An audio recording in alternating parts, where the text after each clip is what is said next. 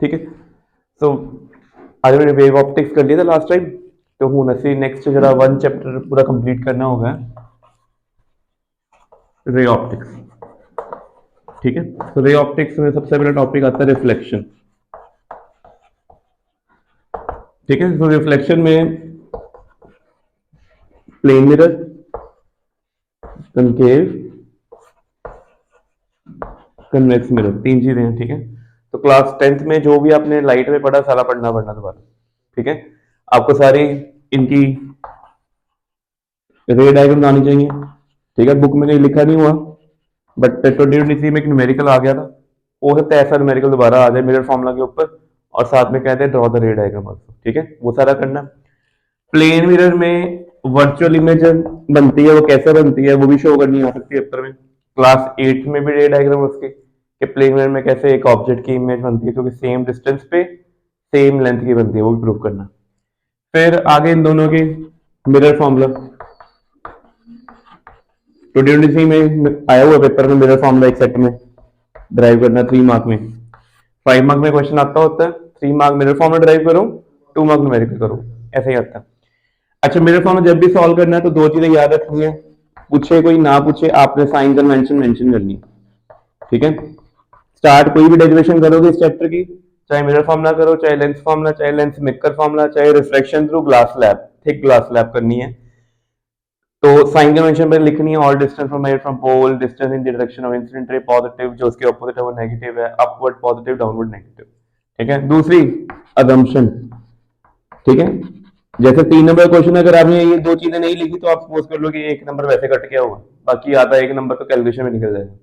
ठीक है, तो साइन कन्वेंशन एंड अजम्पशन आपने लिखनी होती है। अजम्पशन में दो चीजें याद रखनी है हमेशा, एक तो मिरर या हो या लेंस हो, उसका अपर्चर हमेशा क्या होगा, स्मॉल, और दूसरी सारी रेस कौन सी होंगी, पैरेलल, ये नहीं भूलना, इसी वजह से सारा कवर हो जाता है।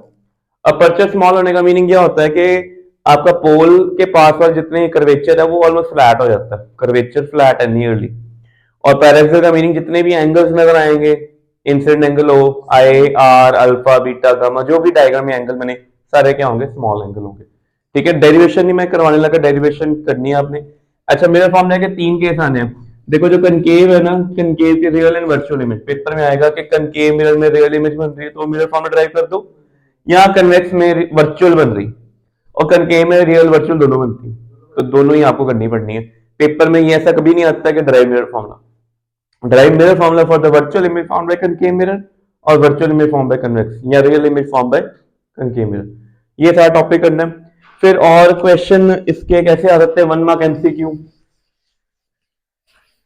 पेपर में अगर 2 मार्क क्वेश्चन आता है, कोई भी न्यूमेरिकल आता है, तो मेरा फॉर्मूला तो याद ही रखो, एक ये वाला फॉर्मूला, एक magnification, linear magnification minus v by u, ये नहीं भूलने दोनों। ठीक है, तो ये करने ही करने आपने। ठीक है, तो ये बड़ा इंपॉर्टेंट है। फिर जैसे ये टॉपिक कंप्लीट होता है, इसके बाद हमारा आता है रिफ्रैक्शन।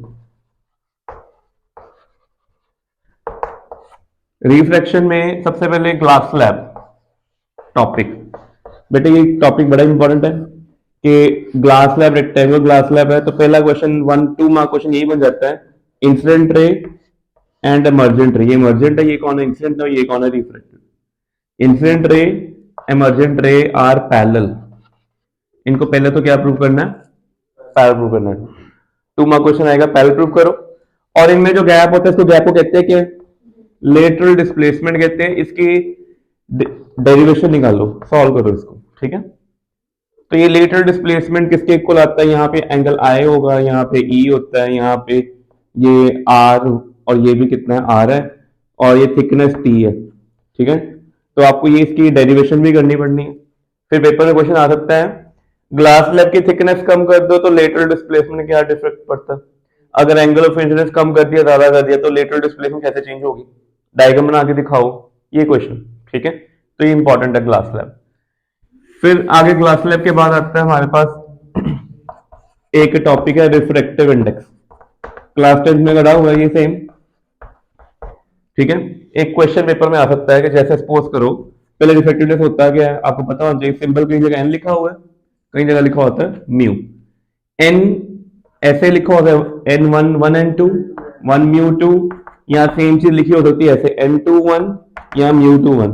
इसको μ21 या n21 ने डिसाइड करना, क्या करना, μ21 n21 1 n2 1 μ2। ऐसा मीनिंग की है, देखो μ21 का मीनिंग क्या है कि light is travelling into two, मतलब सेकंड मीडियम, कहां से, फ्रॉम फर्स्ट मीडियम। एज विच भी की है फर्स्ट से सेकंड, जो मर्जी नोटेशन कर लो। और ये हमेशा क्या होती है, it is ratio of speed of light in first medium to speed of light in second medium, learn कर लो। और ये आगे किसके इक्वल होता है, sine i by sine i. Angle incidence किससे बना है, फर्स्ट मीडियम में, आर किसमें बना है, सेकंड मीडियम में। तो अगर जैसे ये ऐसे ये नॉर्मल है, ये इंसिडेंट रे कितना एंगल बनाया, आई, और रिफ्रैक्टेड ने कितना बनाया, आर। ठीक है, तो पेपर में ये चीज याद रखनी है कि आपको ये फॉर्मूले सारे पता होने चाहिए थ्रू। ठीक है, और एक चीज और, ये कौन से रिफ्रैक्टिव इंडेक्स है सारे, ये सारे हैं रिलेटिव, क्या नाम है इनका, सो रिलेटिव रिफ्रैक्टिव इंडेक्स का मीनिंग क्या होता है, comparison of one medium with another medium. But अगर यहाँ पे वर्ड आ जाए कौन सा रिफ्रैक्टिव इंडेक्स, एब्सोल्यूट में कंपैरिजन कैसे करते हैं, एयर में, वैक्यूम के साथ। तो जैसे ये μ21 लिखा हो ना, यहाँ पे सिंपल μ2 होगा, यहाँ पे n21 लिखा हो, यहाँ पे n21 है, ये होगा μ2, क्योंकि यहाँ पे कुछ नहीं होना। ठीक है, अगर उसके यहाँ पे टॉप पे जो सुपरस्क्रिप्ट होता है कुछ भी नहीं है, this mean light coming from vacuum. ठीक है, तो ये लाइट वैक्यूम में स्पीड क्या होती है, स्मॉल सी, नीचे क्या आना है, speed of light in second medium. ठीक है, तो relative refractive index comparison between two media, और एब्सोल्यूट में one medium with respect to vacuum और एयर। और अगर में रिलेशन देखें तो 1 μ2 v1 बाई v2 होता है, जिसको हम ऐसे लिख सकते हैं μ2 बाई v1। ये याद रखना हमने, ये ना फॉर्मूला बड़ा काम आता है जब हमें TIR आती है, टोटल इंटरनल रिफ्लेक्शन। दो मीडियम दिए होते हैं, उनमें एंगल निकालने होते हैं, इंसिडेंस या रिफ्लेक्टेड, तो आपको उस टाइम पे रिलेटिव रिफ्रैक्टिव इंडेक्स निकालना आना चाहिए। ठीक है, अच्छा इसके बाद एक छोटा सा टॉपिक रिफ्रैक्शन में आता है, एपरेंट डेप्थ हाइट पोजीशन वाला टॉपिक। ठीक है, अगर ये डेंसर मीडियम में, ये कौन है, रेयर है। जो ऑब्जेक्ट है याद रखना कहां पे है, डेंसर में, और ऑब्जर्वर कहां पे है, रेयर में। ठीक है, ये समझ लगी। तो जो एपरेंट डेप्थ होती है इसमें अंदर, एपरेंट मीन एक्चुअल डेप्थ होगी ज्यादा, ये होगी कौन सी वाली, एक्चुअल डेप्थ ऑब्जेक्ट की, ये कौन है, एपरेंट। एपरेंट में जो अपीयर हो रही है वो हमेशा एक्चुअल डेप्थ से क्या होती है, कम होती है। कितनी कम होती है, उसको रिफ्रैक्टिव इंडेक्स से क्या कर देना, डिवाइड कर देना। अगर तो रेयर में एयर है, वैक्यूम है, और ये डेंसर कोई ग्लास है, वाटर है, तो कोई प्रॉब्लम नहीं है, नो इश्यू, तब सीधा आंसर आएगा म्यू लिखोगे। बट यहाँ पे ऑब्जर्वर एयर के अलावा कोई भी अनदर मीडियम आ गया, then it should be rare mu denser. ठीक है, तो फॉर्मूला आपने लर्न क्या करना है, एपरेंट डेप्थ हमेशा एक्चुअल डेप्थ से कम होती है, कितनी कम होती है, divide by r mu d. और आर म्यू डी में याद रखना कि आपको इन दोनों में चूज करना पड़ना कौन रेयर है, कौन कौन डेंसर। ठीक है, तो ये वाला टॉपिक याद रखना है। 1 मार्क एमसीक्यू, पिछले साल 2023 में ना क्वेश्चन आया हुआ है एमसीक्यू, पहले एमसीक्यू सेट में था कि भाई एक मीडियम में ऑब्जेक्ट पड़ी हुई है, एयर से लाइट जा रही है मीडियम में, तो एपरेंट डेप्थ 75% रह गई है। एपरेंट डेप्थ कितनी रह गई है, तो कहते हैं उसका रिफ्रैक्टिव इंडेक्स कितना है। तो अगर एपरेंट डेप्थ 75% रहेगी तो ये मींस ये 75% ऑफ एक्चुअल डेप्थ, और ये भी डेप्थ, और नीचे क्या है, म्यू। सिंप्लीफाई करेंगे तो म्यू 75% कितना होता है, 3/4 आ जाना, तो म्यू कितना आ जाना, 4/3। क्वेश्चन आया हुआ पेपर में ये वाला। ठीक है, तो ये फ्री के नंबर आए ये वाले। तो ये कौन सा केस है, एपरेंट डेप्थ वाला, जब ऑब्जेक्ट कहां पे है, डेंसर में, और ऑब्जर्वर कहां पे, रेयर मीडियम में। अच्छा अगर इसका बिल्कुल रिवर्स कर दे, पेपर में क्वेश्चन आ जाए, एक फिश है, फिश टैंक से ना बाहर देख रही है, तो बिल्कुल शोर पे या रिवर बैंक पे एक पर्सन खड़ा है, उसकी एक्चुअल हाइट h है, बट उसकी न्यू हाइट या एपरेंट हाइट कितनी अपेयर हो रही है, वो ज्यादा अपेयर होगी। तो याद रखना है कि अगर डेंसर में ऑब्जर्वर आ गया, ऑब्जर्वर डेंसर में आ गया, और रेयर में कौन आ गई, ऑब्जेक्ट, और ये क्या है उसकी एक्चुअल हाइट, तो जो एपरेंट हाइट स्मॉल h है वो हमेशा क्या होगी, तो बस आप याद रख लो कि हाइट या डेप्थ बढ़ रही है कि कम हो रही है। अगर बढ़ रही है तो रिफ्रैक्टिव इंडेक्स से मल्टीप्लाई करेंगे, कम हो रही है तो रिफ्रैक्टिव इंडेक्स से। और रिफ्रैक्टिव इंडेक्स कौन सा लेना? Rare, mu, denser. आपको पता ना होना चाहिए रेयर कौन है और डेंसर कौन है, ठीक है। तो इससे भी चेंजेस आ सकते हैं कि हाइट अगर लेट्स से कि 3 टाइम्स बढ़ गई, 2 टाइम्स बढ़ गई एपरेंट हाइट, तो what is the refractive index? Question paper में आते हैं ये वाले, ठीक है। तो ये वाला टॉपिक भी खत्म हो गया। फिर आगे रिफ्रैक्शन, फिर आता हमारे पास टोटल रिफ्लेक्शन। तो आप सपोज करो कि एक क्वेश्चन तो आना ही आना है इसके ऊपर। 2023 में एक 4 मार्क की पूरी केस स्टडी आ गई थी टीआर के ऊपर। क्वेश्चन पेपर में टीआर की कंडीशन तो आपको पता ही है, क्रिटिकल एंगल जो होता है वो क्या होता है? 1/r ये होता है, ठीक है। और एंगल ऑफ इंसिडेंस क्रिटिकल से ज्यादा होना चाहिए। रे कहां से कहां तक जानी है? डेंसर टू रेयर, ठीक है। केस स्टडी में ना 3 क्वेश्चन आए थे, एक एक नंबर 2 क्वेश्चन और एक 2 मार्क क्वेश्चन।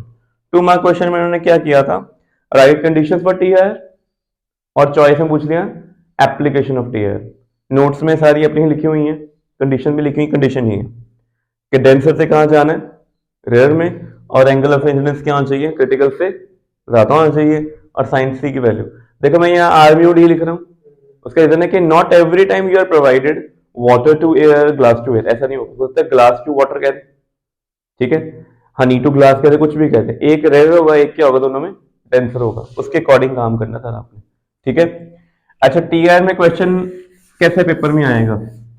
सपोज करो ये क्वेश्चन बड़ी बार पेपर में आया हुआ है। 60 डिग्री प्रिज्म है, रिफ्रैक्टिव इंडेक्स इसका कितना है? Let's say 3/2। रे आती है फिर नॉर्मल। पहला क्वेश्चन तो यही कहते हैं कि बताओ इसका पाथ ट्रेस करो at the surface A B. A B surface पे क्या होगा? यहाँ पे नॉर्मल इंसिडेंस हो रही है, तो स्नेल्स लॉ जो रिफ्रैक्शन होती है नॉर्मल इंसिडेंस पे एप्लीकेबल नहीं होती। लाइट रे क्या करेगी? सीधी चल जाएगी, ठीक है। ये कितना हो गया? 90।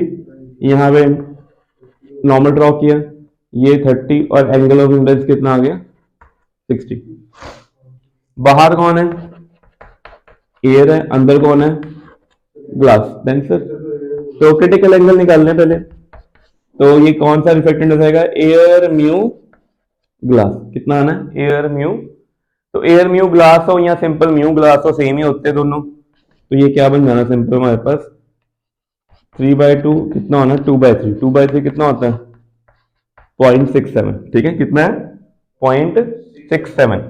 और यहाँ पे जो एंगल ऑफ इंसिडेंस है वो कितना है? 60। तो साइन 60 कितना आना है?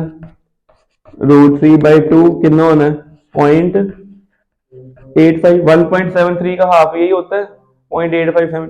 तो देखो साइन 60 जो है वो क्रिटिकल एंगल, उसकी वैल्यू कितनी थी? 0.67। इसी कितनी आई है? तो इसका मीनिंग क्या हुआ? एंगल में क्रिटिकल से क्या है? तो यहाँ पे टीआर होगी। ऐसे पेपर में क्वेश्चन आया हुआ, ठीक है। 90, 90, 60, ये कितना होगा? 30 और ये 90 के साथ 60, ठीक है। और समझ लगी मैंने? एक क्वेश्चन पेपर में ही आता। अच्छा, हो सकता था कि रिफ्रैक्टिव इंडेक्स ना 3/2 ना होता, ये कितना आता आपके पास? √3/2 कितना आता? तब ये सिंप्लीफाई करने के बाद ये दोनों इक्वल आने थे, और जब ये इक्वल आते हैं तो रे क्या करती है? ग्रेस करती है, ठीक है, ठीक है। तो बिल्कुल, तो ये क्वेश्चन याद रखना है। इसके बाद और क्वेश्चन कैसा पेपर में? ये तो रिसेंट पिछले साल वाला आया ना। एप्लीकेशन तो आनी आनी, वो तो आपने लर्न कर लेनी है, ठीक है। एक क्वेश्चन और लिख लो कॉपी पे।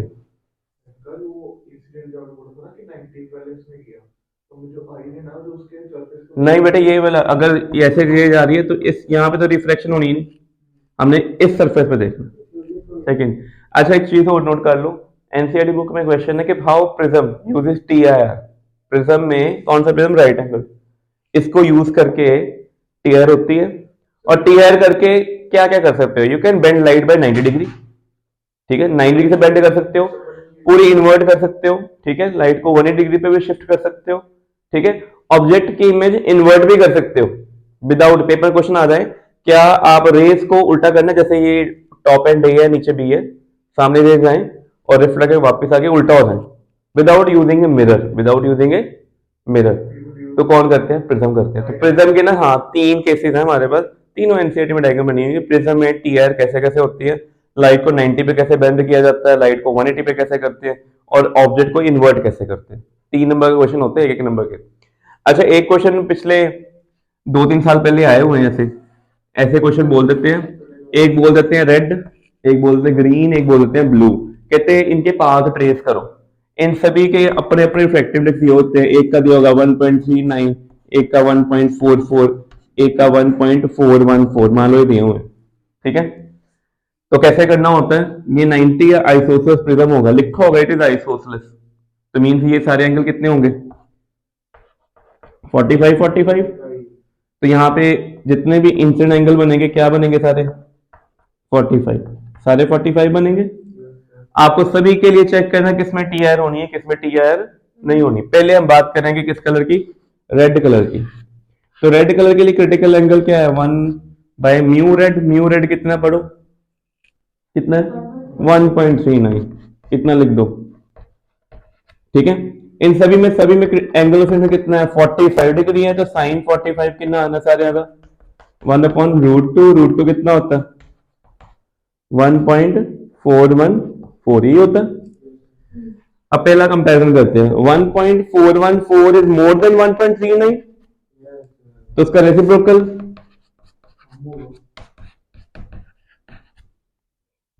तो ये कौन है? ये तो साइन 45 है। और ये कौन है? क्रिटिकल है किसके लिए? रेड के लिए। तो इंसिडेंस एंगल 45 क्रिटिकल से क्या हो गया हुआ?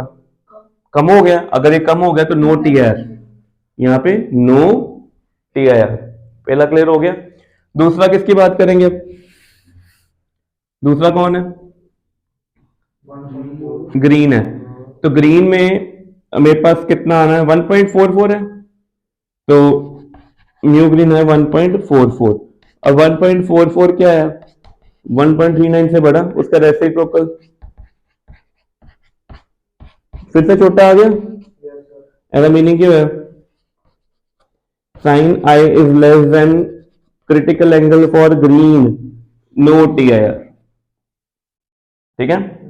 और लास्ट कौन है? कंपेयर, एक मिनट रुको, मैं उल्टा कर दिया। सेकंड वाला कितना सी? उल्टा हो गया, उल्टा हो गया, रुको वेट, यहां पे नहीं आना, ये आना 1.44। हाँ अब ठीक है। साइन 45 की वैल्यू कितनी है? 1.414, वो लेस है 1.44 से, तो उसका रेसिप्रोकल, तो इसका meaning angle of incidence greater than critical. तो यहाँ पे टी आर नहीं होनी, लाइट ने क्या होना? ओ टी आर हो जानी है, ठीक है। और लास्ट वाला पार्ट देख के तो चल रहा है कितना है? 1.414, वो तो इसके इक्वल आ गया। तो इसने क्या करना है? तो ये से क्वेश्चन पहले टी आर में आते हैं। कौन सा डॉटेड?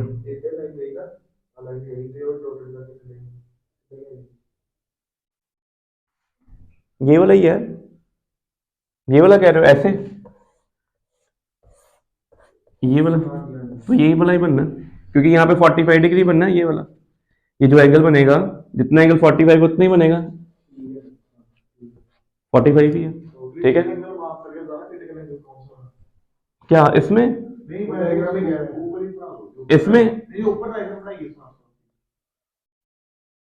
इस केस में जो एंगल ऑफ इंसिडेंस है ये वाला, वो क्रिटिकल से ज्यादा है बस। अगर क्रिटिकल के बिल्कुल इक्वल होता है ये वाला एंगल, तो फिर रे ऐसे जाते। क्रिटिकल एंगल मार्क करना कौन सा? यहाँ पे कैसे मार्क करेंगे? क्रिटिकल एंगल कैसे मार्क करा लोगे उल्लू? केड़ा क्रिटिकल एंगल मार्क कराएंगे? दस अगर आए सी इक्वल हो गया, क्रिटिकल एंगल कितना मार्क कराएगा? वैल्यू पता? क्रिटिकल एंगल तो पता, वो कैसे मार्क कराएगा? उसकी तो कंडीशन होती है, क्रिटिकल की कंडीशन होती है कि व्हेन आई इक्वल टू सी, सी कितना है? हर कलर का क्रिटिकल एंगल अलग अलग है, निकाल लो। 1.4114 इसके लिए 45 डिग्री क्रिटिकल है, इसके लिए अलग है, इसके लिए अलग है। वो आपको मैथमेटिक्स को यूज करना पड़ना, बट आप ट्रिग्नोमेट्री सिंपल कर नहीं सकते, कैलकुलेटर से होना वो, ठीक है। चलो फिर अगला टॉपिक हमारे पास कौन से आते हैं, ऑप्टिकल, पर वो नहीं आएंगे अभी, पहले spherical, spherical mirror, spherical lenses आएंगे। अच्छा स्फेरिकल सरफेस कोई भी आती है, ये कौन सी है, कनकेव स्फेरिकल, कन्वेक्स स्फेरिकल, ये कौन है, कनकेव स्फेरिकल। ठीक है, याद रखो ऑब्जेक्ट जिस मीडियम में होती है उसको बोलना है N1। ठीक है, इंसिडेंट रे इधर है और रिफ्रैक्टेड किसमें है, N2 में। ठीक है, चाहे ये डेंसर हो चाहे ये रेयर हो, कोई मैटर नहीं करता, फर्स्ट मीडियम कौन है सेकंड मीडियम कौन है, बस वो देखना है। और रिजल्ट क्या आता था, म्यू2 बाई वी माइनस म्यू1 by u 1/r2 minus 1/r1 into, उल्टा लिख दिया यहाँ पे, 1/r म्यू टू माइनस म्यू1। ठीक है, ये आता है, नहीं भूलना। ठीक है, तो म्यू2 बाई वी माइनस म्यू1 बाई यू 1/r म्यू2 माइनस म्यू1। ठीक है, अगर पेपर में रिफ्रैक्टिव इंडेक्स उल्टे हो जाए, मान लो कि रे डेंसर से रेयर में चले जाए, तो डेंसर वाले को N1 मान लेना, रेयर वाले को N2 मान लेना।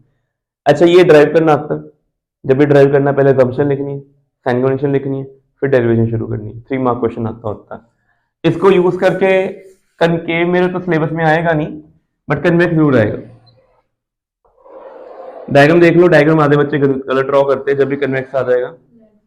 लेंस मेकर कैसे करना है, पहली यहां से, अगर ये सेकंड सरफेस ना होती तो रे यहां जाते, this is your I1 and final image this is your I। तो ये ऑप्टिकल सेंटर है, this is X1 P1 Y1, this is X2 P2 Y2। पहले ड्रॉ करनी है, फिर लिखना है for X1 P1 Y1 surface, वो पूरी डायग्राम ड्रॉ करनी है।